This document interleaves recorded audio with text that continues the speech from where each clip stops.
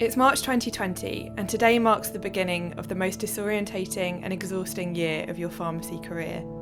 You're about to step into the intensive care unit for the first time during a global pandemic.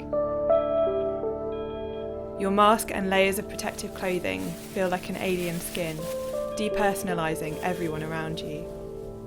I think the first time I just felt really panicky because there seemed to be so much to remember. I'd never had to wear any kind of PPE before. And there was a certain order that you had to put everything on. You were cleaning your hands in between times, making sure that it was all fitted properly. And I just thought, how on earth am I going to do this every day, several times a day, and remember how to do it in the right order and not get it wrong? But then when it was on, it just felt really hot and like you were in a separate bubble away from everyone else. And I just couldn't imagine how I was going to get the day job done whilst dressed up in all this stuff. You know, there were lots of things that went through your mind. You know, was I putting on it correctly? Were there any gaps with my mask? Where there's a perfect seal formed? So, yeah, nothing really prepared us, for the sort of challenges that we were facing. But, wearing PPE and wearing eye protection and visors and having masks on and dressed in so much, protective layering, it became very hot and, inside and breathing was, initially a big problem because we were not used to breathing through masks, especially FP95 masks. And so that had its challenges, and not being able to see people's faces, so you couldn't recognize anybody. That was Paresh, lead pharmacist for older people and stroke. And before him, Sarah, an education and training pharmacist. For both of them, working life changed overnight as they were urgently redeployed to ICU to help with the surge of COVID patients in their respective trusts. But even for those who had regular experience of ICU, it wasn't the place they were used to. With family visits confined to iPad screens, the intermittent click and rattle of ventilators, and unrelenting beeping of monitors and machines were the only sounds to break the silence. It was very different to the intensive care unit that I remembered because obviously everyone was now in PPE. They were overrun with patients. But in a weird way, even though they were overrun with patients, it felt really empty because when I've worked on ITU in the past, I was used to seeing families there alongside the patients. And obviously no visitors were allowed, so it just looked really bare and really frightening. We had our names and our designations on stickers that we could write on our PPE, and that would help identify who's who. But it was very strange being in an environment where you did not really know anybody. There were so many different people working. It's not like working in your own ward. You were just a name and doing a critical role that was benefiting your patients. So the atmosphere was, quite strange in the beginning. Sarah and Paresh are two of a number of hospital pharmacists I've spoken to over the past month to try to understand the impact that working during the pandemic has had on pharmacists' mental health and wellbeing, and what support has been available.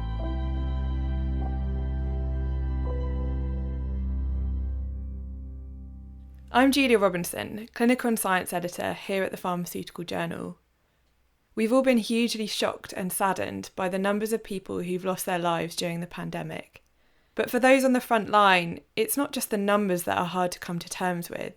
It's also the rate at which patients, both young and old, were dying, just days after being admitted, and that this was happening every day for months on end. Most pharmacists will have never experienced a situation like that before in their working lives, and as a result, many felt utterly hopeless, as well as fearful that it could have been me. For Sarah, the COVID patient she remembers best is the one that most reminded her of her own family. So he was quite a young man in his early 40s who'd been sedated and ventilated due to COVID. And on the other end of this computer screen, there was his wife and his children telling their daddy that they loved him and that they wanted him home. He couldn't speak to them. I hope that he could hear them, but all I could hear was this family who should have been with their dad and their husband, and they weren't. And it just really brought it home. This disease can hit people really badly, even people who you don't expect to get seriously ill. It was a man in my 40s, and I just thought that could be my husband and my kids. And that was really hard.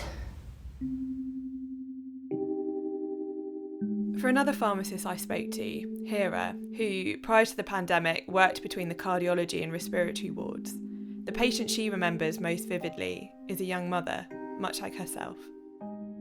So right from the beginning, one patient I don't forget was a 29-year-old who'd just given birth to a baby girl, and so she was, similar age to me, with no underlying sort of obvious comorbidities, and she had ended up on the intensive care unit after contracting COVID, and unfortunately she didn't make it. And I think that really brings it home, because how's that child going to be brought up? For Paresh, his lasting memory of being redeployed to the ICU is the number of patients he saw who were from ethnic minorities. And this story has played out across the country. An analysis carried out by Public Health England showed that, after accounting for the effect of sex, age, deprivation and region, people of Chinese, Indian, Pakistani, other Asian, Caribbean and other black ethnicity had between a 10 and 50% higher risk of death compared with white British.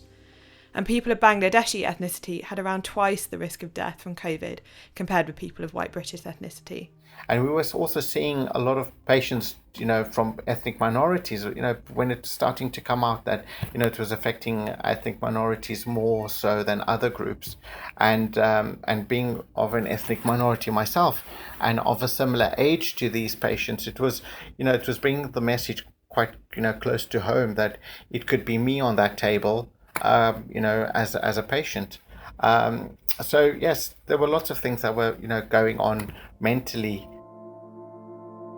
The pandemic has affected every one of us differently, and the impact it's had on our mental health has also varied. Some of us will have had to go into work, while others have been able to stay at home. Some of us will have experienced the worst and lost loved ones, while others will have thankfully been untouched. Now in 2021, with our vaccine rollout in full swing, it's worth remembering that at the beginning of the first wave, we knew so little about COVID and how it was transmitted, and effective treatments and vaccines still seemed a very long way off. Many of those on the front line were living in constant fear that they were going to take the virus home to their loved ones, despite taking every possible precaution. Certainly the first 3 months of the pandemic, I was not myself. I was going home feeling like I'm taking something home. We were, being very, very careful. I was changing properly, going home, having the showers, all the advice, and, sort of keeping this. But I've got a little one, so I've got at the time, 18, 19-month-old, and it was just very difficult to just be like, don't come near me. My children were quite worried because I was on ITU, which made me feel guilty. And at one point, one of my daughters wrote me a letter saying that she hoped I wouldn't die, and it just felt like I was always doing the wrong thing. I should either be at work when I was at home, or I should be at home when I was at work. Guilt was a common theme throughout my conversations with these pharmacists. Feeling guilty because they thought they weren't doing a good enough job, feeling guilty about not being there for their families while at work, and also feeling guilt about their use of PPE. You felt like, I'm privileged enough to wear a PPE. I need to make the most of it. Every time I go into the hot zone, I need to really make it worth putting this PPE on, because it was just such a finite resource at the beginning. There was, right at the beginning, a bit of debate about whether the pharmacists should be going in or not. I felt guilty that I might not be giving my patients the best service because I was new into ITU and having to ask a lot of questions. I felt guilty that I couldn't work more shifts, but I couldn't because I had my children at home and my husband was trying to do a full-time job at home and homeschool 3 young children. Then I felt guilty that I wasn't at home full-time to help with the homeschooling and to stop my children panicking about me. It would be incredible if all of this didn't have a powerful effect on your well-being. In fact, a survey by the Royal Pharmaceutical Society and Pharmacist Support late last year found that just over half of respondents said the pandemic had affected their mental health and well-being to some extent. But for some, the past year will have had a much longer lasting effect on their mental health, and they may require support for years to come. I found myself not being able to be there for other people. Other people in my team would come to me with problems, and I'd just feel frustrated and a bit angry. And so I certainly felt like I wasn't myself. And actually, the people that sort of noticed and sort of started saying things were some of the nurses actually on critical care. They were saying, "Oh, you know, you've lost a bit of weight. Whenever I see you, you look tired. Are you okay?" And I was always just like, "Oh, you know, we're all going through this." And I felt like I couldn't complain. You know, I hadn't been through everything that they had been. That was a specialist critical care pharmacist, who we'll call Jane. For Jane, the pandemic had a devastating effect on both her working and personal life, leading her to be diagnosed with severe anxiety, depression, and atypical anorexia nervosa. And Jane isn't alone. According to a survey of almost 1,200 frontline health and social care workers, including pharmacists, 60% experienced a mental health disorder during the first lockdown. 22% met the criteria for post-traumatic stress disorder, while just under half had clinically significant anxiety, and the same proportion had depression. For Jane, like for many of us, exercise was an effective escape during the pandemic, but with the ongoing pressures and strains of working in critical care, it became self-destructive. Obviously, I was finding work difficult to manage. I was worrying that I sort of wasn't doing enough. And then I think I started to then look to exercise outside of work as a way of finding that sense of achievement and trying to chase that. And then something that I previously enjoyed and used as my coping strategy became something destructive. And, you know, some people turn to alcohol, some people turn to drugs. You know, I've not gone down any of those paths, but again, something that should be a pleasure and that we're privileged to be able to do. Exercise and that sort of thing just became a bit of a destructive coping strategy. Jane went to her GP, who suggested antidepressants, which she took and found helpful, as well as a course of cognitive behavioural therapy, or CBT. However, the CBT wasn't the right option for her, and she eventually found the support she needed through a charity. She's now on the road to recovery. I think I'm a lot more rational now in sort of terms of accepting what I have done at work and trying to get job satisfaction and being grateful for what I have done. And then, to then be able to apply that to other areas, like, going back to, like social activities and exercise with a healthier mindset of I'm using this, for enjoyment and for fun. In Jane's case, it was the support of her critical care colleagues, as well as her partner, that prompted her to seek help. And the other pharmacists I spoke to also painted a picture of a close-knit community within their hospitals that helped to buffer the psychological impact of working during a pandemic. Yeah, I was surprised actually, because people in my workplace were quite open about how they were feeling, and I think that probably was because the organisation were making it so clear that they wanted to look after us all, and that they wanted to make sure we all knew there were resources available to help. So I did feel like it was okay to talk to people if I wasn't feeling great and explain why. We actually interacted a lot more, and I felt like the team spirit really come out during the year. So I think between us, without sort of specific roles, we probably did, but it was also the first time I have seen a lot of tears in the department as well, and sort of seen a lot of people I never imagined cry in the department because of just being totally overwhelmed by the situation. Paresh's department was particularly proactive and set about putting measures in place to help people who were at risk of becoming overwhelmed. So at the very onset, we knew that we had a group of pharmacists that were going to see a lot of very difficult, very challenging things and experience these type of challenging situations, and the mental health would be very critical. Paresh and his colleagues approached Nina Barnett, a consultant pharmacist in their trust, who had extensive experience in providing coaching, mentoring and education for healthcare professionals.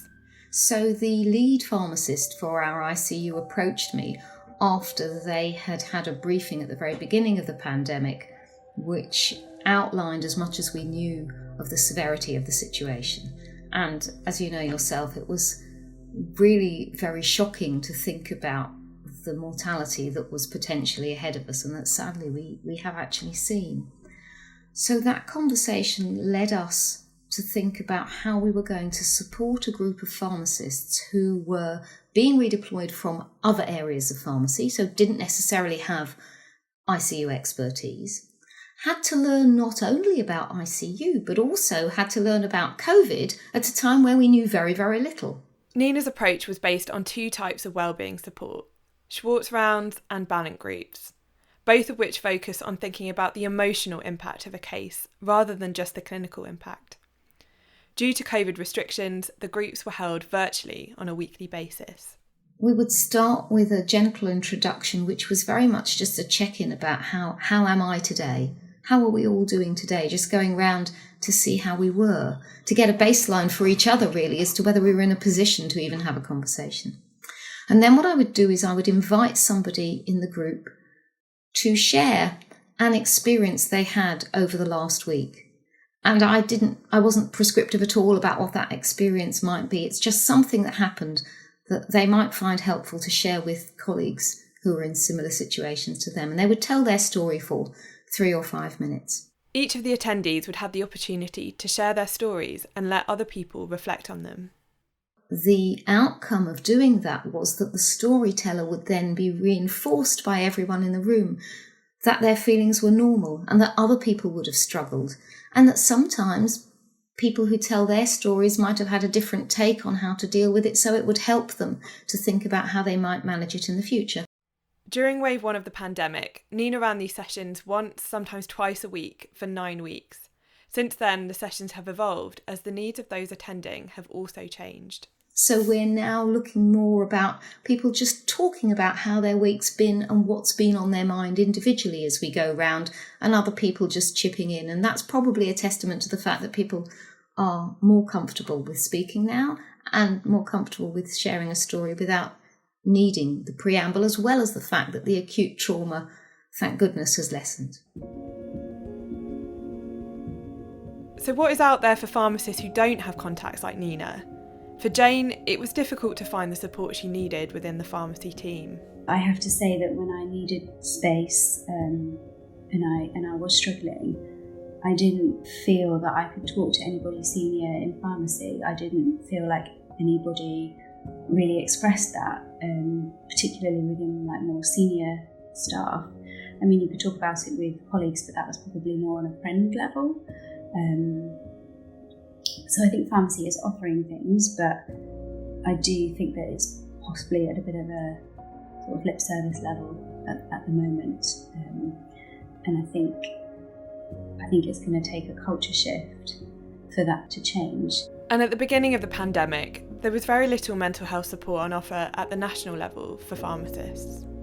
But at the end of 2020, NHS England and NHS Improvement announced that it was investing money to provide a package of mental health support for all healthcare staff. As part of this, pharmacists from all sectors will have access to 40 mental health hubs, as well as the NHS Practitioner Health Service, a free confidential counselling service previously just available to doctors and dentists. I spoke to Dame Clare Gerada, who has been Medical Director of NHS Practitioner Health for the past 15 years. She reminded me that although the focus recently has been on the mental health impact of the pandemic, things were not exactly rosy before.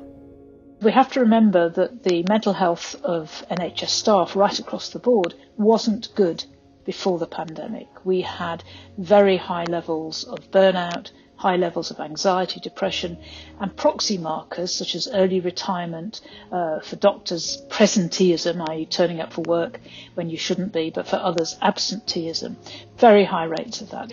And there was calls from many organisations, including for pharmacists, about addressing the wellbeing needs of NHS staff.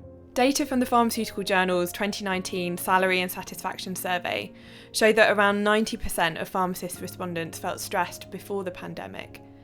Of these, around a third were moderately stressed, 13% were very stressed, and 4% had to take time off work because of stress. And while this episode of the PJ Pod has focused predominantly on hospital pharmacists, it's important to mention that these issues aren't exclusive to that sector. When the same PJ survey was carried out in 2020, the results suggested that it was community pharmacists who felt the most stressed. They tend to work in isolation. Because of the pandemic, they've had to limit the number of staff that they've had working with them, and yet they've been busier than ever. They have always struggled financially, and I'm sure that they're not going to come out of this, and they'll be struggling coming out of this because of all the additional costs they've had. Plus, people forget them, a bit like they forget GPs. So I think we need to be addressing the needs of pharmacists, community pharmacists, and we need to do it pretty urgently. Looking to life post-pandemic, we need to consider how the mental health support that's become available over the past year can be made permanent for all pharmacists, rather than just as a temporary reaction to a public health emergency. I think we've really got an opportunity now to think about how we start to embed conversations about how we cope with seeing patients and situations as part of the thing that we used to just do for clinical review. So, for example, we might have had a meeting where we presented a case to each other about clinical challenges with a particular patient. How did we feel listening to a story about that patient? How do we feel when we see that type of patient? Do we ever get sort of what we think of as an exaggerated reaction to seeing a patient? Does it upset us in what might be an undue way? Why might that be? Does it remind us of something that's going on at home? And actually, what help do we need to do to feel safe and secure and remain mentally well when those things happen? These conversations could be transformational, but they have to be backed up with dedicated specialist support for those who are struggling with their mental health. We asked NHS England whether it will continue funding for the COVID mental health hubs beyond March 2022, when it's due to run out, but it didn't commit to that. Since 2019, the RPS has been campaigning for all pharmacists to have the same level of access to Dame Clare's service as doctors and dentists, but it's far from clear whether this is likely to happen on a permanent basis. The pandemic may have made it worse, but there was an existing wellbeing crisis among the pharmacy profession way before COVID-19, and we should all be fighting for support structures to continue after it becomes a distant memory. Dame Clare sums it up nicely. We've got to really look after those that are on the edge, and there will be some on the edge, and we have to identify them, we have to make sure they have easily accessible services, and we have to put our metaphorical arms around them and ensure that we love them, hold them, care for them. That brings us to the end of this episode. If any of these discussions have resonated with you personally, support is available. Pharmacists, trainees and students now have access to direct psychological support via the charity Pharmacist Support, and we provided links to other places you can go in the show notes. Thanks as always for listening. Here at the PJ, we really appreciate your support for our journalism. The best way to make sure you never miss an episode is to hit follow or subscribe wherever you access your podcasts.